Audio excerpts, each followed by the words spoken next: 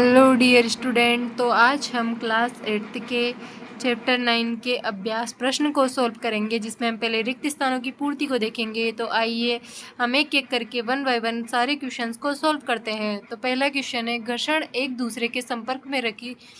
यहाँ पर एक बात और, आपकी सुविधा के लिए मैंने सारे क्वेश्चंस के आंसर यहीं पर नोट किए हुए हैं ताकि आपको कोई दिक्कत ना हो। तो हम एक एक करके सारे क्वेश्चंस के आंसर को सॉल्व करेंगे। तो पहला question, fill in the blanks का पहला क्वेश्चन, घर्षण एक दूसरे के संपर्क में रखी दो वस्तु के पृष्ठों के बीच। घर्षण गति का विरोध नहीं करता, घर्षण सापेक्ष गति का विरोध करता है। ठीक है, घर्षण पृष्ठों की चिकनेपन पर निर्भर करता है। तो जो घर्षण होता है ना, वो पृष्ठ की प्रकृति पर निर्भर करता है कि प्रकृति कैसी है पृष्ठ की, और उसके चिकनेपन पर निर्भर करता है। ठीक है, जो घर्षण होता है ना, वो पृष्ठ की प्रकृति पर निर्भर करता है, खुरदुरा है या चिकना है ऐसे, और उसके चिकनेपन पर निर्भर करता है। घर्षण से क्या उत्पन्न होती है? तो ऊष्मा। जब दोनों हथेलियों को अपन ऐसे घिसेंगे तो क्या उत्पन्न होगी? ऊष्मा। कैरम बोर्ड पर पाउडर छिड़कने पर क्या होता है? घर्षण कम हो जाता है। सर्पी घर्षण स्थितिक घर्षण से कम होता है। जो सर्पी घर्षण होता है वो स्थितिक घर्षण से कम होता है, और लोटनिक घर्षण इससे भी कम होता है। अब यहाँ पर क्वेश्चन नंबर 2 देखिए, 4 बच्चों को लोटनिक स्थितिक सर्पी घर्षण के कारण बलों को घटते क्रम में व्यवस्थित करने के लिए कहा गया। ठीक है, उनकी व्यवस्था नीचे दी गई है, सही व्यवस्था का चयन कीजिए। पूछा क्या है? चार बच्चे हैं, उन्हें 4 बच्चों को लोटनिक घर्षण, स्थितिक घर्षण, सर्पी घर्षण घटते क्रम में व्यवस्थित करना है। तो भाई सबसे छोटा होता है लोटनिक, फिर उससे बड़ा होता है सर्पी, सबसे बड़ा होता है स्थितिक घर्षण। ठीक है, तो यहाँ पर मतलब घटते क्रम में लिखना था ना। हाँ, तो सही बताया मैंने। सबसे छोटा होता है लोटनिक घर्षण, सबसे कम मतलब, फिर उससे बड़ा होता है थोड़ा सर्पी घर्षण, उससे अधिक होता है स्थितिक घर्षण। तो ऐसे लिख सकते हैं हम यहाँ पर। तो घटते क्रम में बोला है तो पहले हम सबसे बड़ा, फिर उससे छोटा, फिर उससे छोटा, तो लोटनिक सबसे छोटा होता है। ठीक है, उसके अलावा उसके बाद हम तीसरा क्वेश्चन देखेंगे। एक थी आलिदा। आलिदा अपनी खिलौना कार को संगमरमर के सूखे फर्श, संगमरमर के गीले फर्श पर बिछे समाचार पत्र तथा तौलिए पर चलाती है। कार के विभिन्न पृष्ठों द्वारा लगे घर्षण बल का बढ़ता क्रम होगा। यहाँ पर क्या पूछा गया है कि आलिदा अपनी खिलौना कार को संगमरमर के, या एक तो संगमरमर का सूखा फर्श है उस पर चला रही है, दूसरा वो संगमरमर के गीले फर्श पर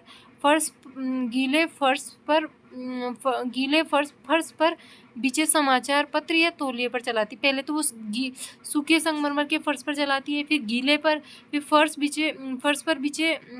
पर बिछे समाचार पत्र पर या तौलिए पर चलाती है। तो कार पर विभिन्न पृष्ठों द्वारा लगे घर्षण बल का बढ़ता क्रम बताना है हमें। घर्षण कहाँ ज्यादा होगा? तो चिकने पृष्ठ पर घर्षण सबसे कम होता है। तो संगमरमर का गीला फर्श होगा तो बहुत ज्यादा चिकना होगा, तो वहाँ घर्षण सबसे कम होगा। उससे ज्यादा घर्षण संगमरमर का जो सूखा फर्श होता है उस पर घर्षण थोड़ा अधिक होता है। फिर समाचार पत्र पर घर्षण थोड़ा और भी अधिक होता है। जो तौलिए की बात करें, तौलिए पे घर्षण सबसे अधिक हो जाता है। ठीक है, तो हम अब चौथा क्वेश्चन सोल्व करेंगे।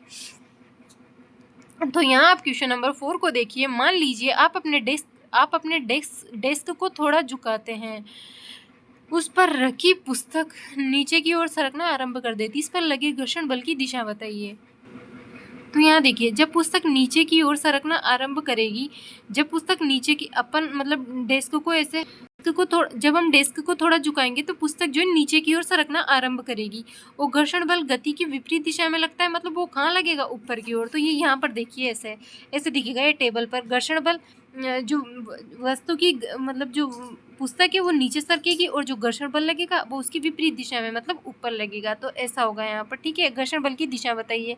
तो ऊपर की ओर विपरीत दिशा में घर्षण बल लगता है। ठीक है, ऊपर की ओर लगेगा भाई घर्षण बल। अब क्वेश्चन नंबर 5 देखिए। मान लीजिए दुर्घटनावश साबुन के पानी से भरी बाल्टी संगमरमर के फर्श पर उलट जाए, इस गीले फर्श पर आपके लिए चलना आसान होगा या कठिन? अपने उत्तर का कारण बताइए। मान लीजिए दुर्घटना से, तो भाई बहुत कठिन होगा। अगर दुर्घटनावश साबुन के पानी से भरी बाल्टी संगमरमर के फर्श पर गिर जाए तो गीले फर्श पर चलना आसान होगा या कठिन? आपको उत्तर जानना है। तो कठिन होगा। क्यों? क्योंकि पृष्ठ चिकना हो गया है, चिकना हो गया तो घर्षण कम हो गया, अतः चलना कठिन होगा। अब क्वेश्चन नंबर 6 देखिए। खिलाड़ी खीलदार जूते स्पाइक्स क्यों पहनते हैं? व्याख्या कीजिए। तो यहाँ देखिए, जो खिलाड़ी होते हैं वो खीलदार जूते स्पाइक्स घर्षण बल का मान बढ़ाने हेतु पहनते हैं, क्योंकि उन्हें खेल का अभ्यास करना होता है तथा दौड़ते एवं भागते समय खीलदार जूतों की फिसलने की संभावना कम होती है। तो ठीक है, अब क्वेश्चन नंबर 7 देखिए। इकबाल को हल्की पेटिका धकेलनी है तथा सीमा को उसी फर्श पर भारी पेटिका धकेलनी है। कौन अधिक घर्षण बल अनुभव करेगा और क्यों? सीमा को घर्षण बल का अनुभव अधिक होगा।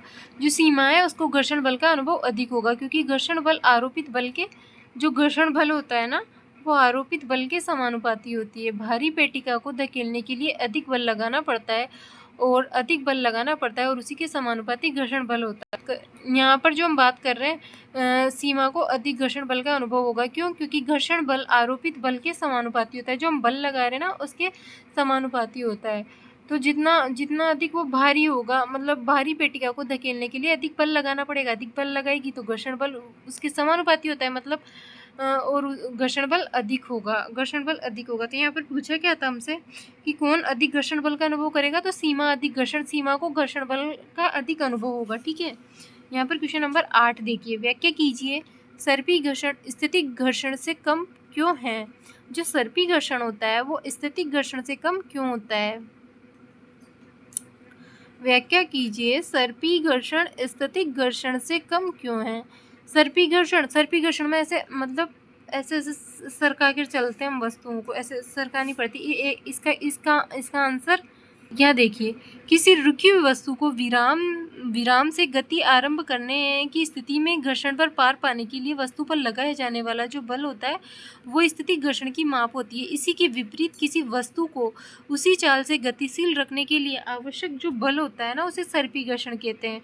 जब वो सरकना आरंभ कर देता है तो उसके संपर्क बिंदुओं को उतना समय नहीं मिल पाता कि वे फर्श के बिंदुओं में धंस सके, तथा सर्पी घर्षण जो होता है वो स्थितिक घर्षण से कम होता है। इसलिए किसी बॉक्स में गति आरंभ करने की अपेक्षा पहले से ही गतिमान जो बॉक्स होता है ना, पहले से जो गतिमान बॉक्स होता है उसकी गति बनाए रखना क्या होता है? सरल होता है। तो आप क्वेश्चन नंबर 8 में इतना लिख सकते हैं।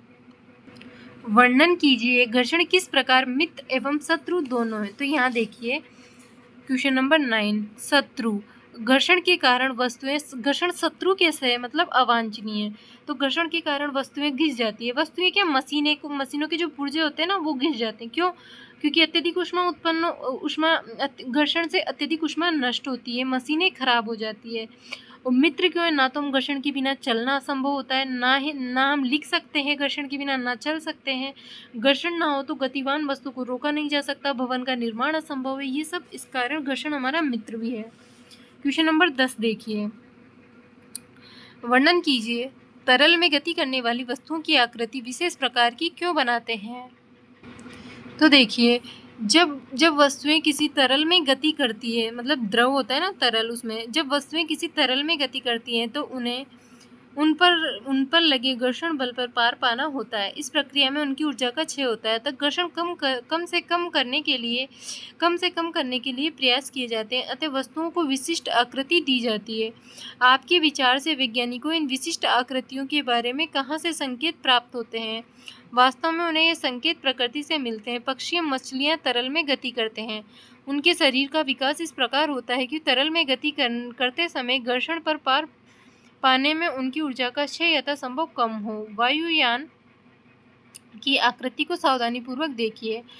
क्या आप उसकी आकृति तो पक्षी की आकृति में कोई समानता पाते हैं? वास्तव में सभी वाहनों के डिजाइन इस प्रकार बनाए जाते हैं कि तरल घर्षण कम हो जाए। वाहनों के डिजाइन इस प्रकार बनाए जाते हैं कि जो तरल घर्षण होता है ना, वो कम हो जाए। ठीक है, तो हमारे क्लास 9th के जो क्लास 8th के जो चैप्टर 9 के जो अभ्यास प्रश्न थे वो सोल्व हुए, तथा कल हम क्लास 8th के चैप्टर 10 को कंटिन्यू करेंगे, जिसमें हम लाइन बाय लाइन चैप्टर को रीड करेंगे, उसके बाद उसके अभ्यास प्रश्न देखेंगे। ऐसे ये सीरीज जारी रहेगी। तो आज के लिए इतना ही।